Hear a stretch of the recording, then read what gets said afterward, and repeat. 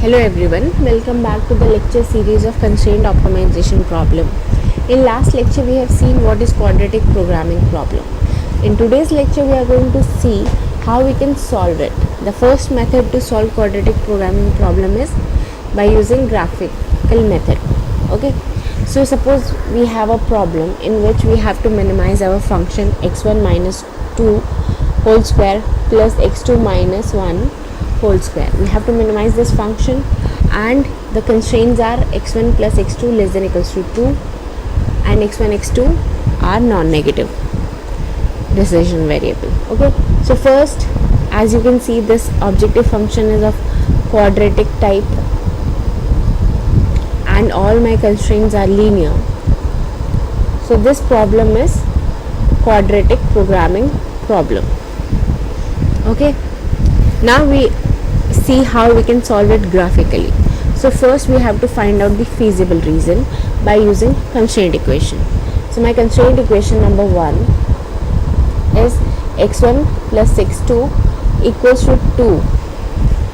If I put x1 equals to 0, x2 is 2, and when x2 is equals to 0, x1 is 2. So the 2 points on the graph will be x1 x2. For x1 x2 it is 0 2. When x2 is 0, x1 is 2. So this will give us a line which is passing through 2 on y-axis and 2 on x-axis. So this point is what? 0 2, second point, and this point is 2 0. By connecting those 2 points we will get a line. Now what will be the feasible reason? First thing is that our feasible reason will be in first quadrant because x1 x2 are greater than 0. So feasible reason will be in first quadrant. And which side of this line will be my feasible reason? If suppose origin belongs to feasible reason, assume that. So you put x1 equals to 0, x2 equals to 0, and 0 is less than equals to 0 2. So basically this equation satisfied by origin. So this side of line will be my feasible reason for the given programming problem. Okay, we shaded our feasible reason. So this shaded reason is feasible reason in first quadrant, and for QPP this feasible reason will be convex set. Why? Because all the constraints are linear and all the constraints are convex function. Since they are linear, so they are convex function, and hence we have seen that the collection of all the convex function is a convex set, which means the feasible reason of the given problem is a convex set. Okay, now this is the feasible reason of the QPP. Now what we have to minimize? We have to minimize x1 minus 2 square plus x2 minus 1 square, which is a circle with the radius of 2 and 1.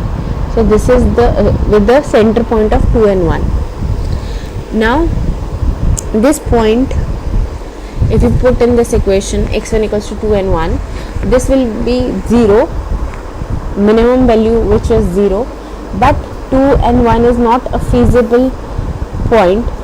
So we have to find what is the closest feasible point which will minimize our objective function. Now this is the equation of a circle with the center 2 and 1. Suppose the radiuses are okay. So what we have basically to minimize the radius of a circle. Okay, so we have so many circles, okay, with the center 2, 1, different radius which will minimize the objective function.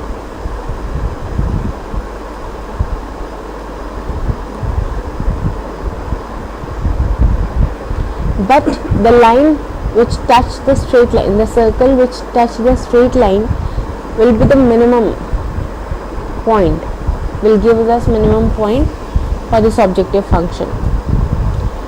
Okay, if you will see, you increase the radius, so the radius will naturally higher than this radius, and if we increase more radius, it will make bigger circle than this circle will come to the feasible region, but radius will be larger than this radius.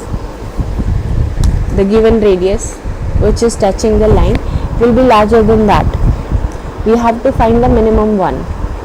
So the radius which satisfy this constraint and minimize the objective function will be the circle which touch this straight line.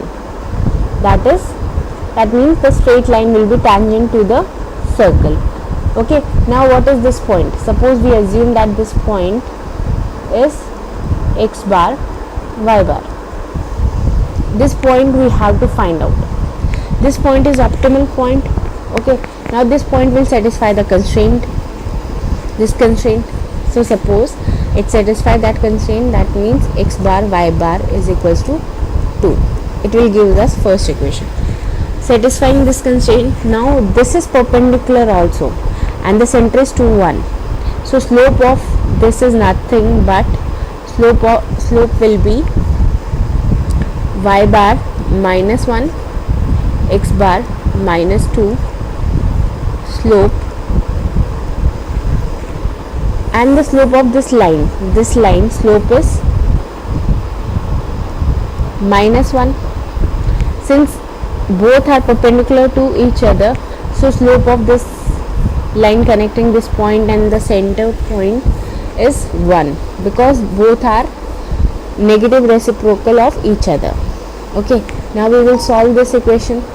It will be y bar 1 equals to x bar minus 2, which is nothing else, y bar minus y equals to 1. That's our second equation. By using these two equations, we will get the value of x1, x bar and y bar. Okay, so what will be the value of x bar and y bar? You solve it. When you add these two equations, it will be 2x bar equals to 3.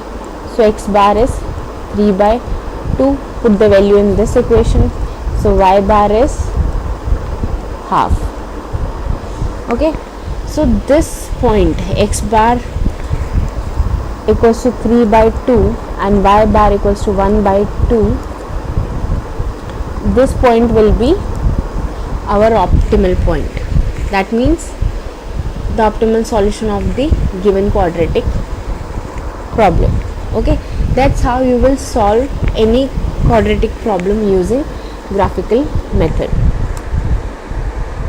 So what we observe from the given example is that two things we have observed. First is that the feasible region of QPP is always a convex set, because it is comprised of set of linear constraints.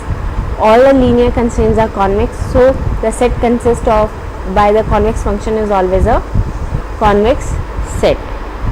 So feasible region is a convex set. Number 2, the optimal solution of QPP may not be obtained by the vertex in as we have done in linear programming problem. What we have a linear programming problem, always the optimal solution, that is minimum or maximum the objective function if attained only at the vertex. However, for QPP it may attain other than vertex, as we have already seen in this particular example. So there is one way out to solve QPP, but we can easily see that the only for two variable problem we can solve graphical approach. We can apply graphical approach, but not for problem more than 2 variables. So how can we solve those problems? So that we will see in our coming lecture. Okay, so that's all for today's lecture. Thank you.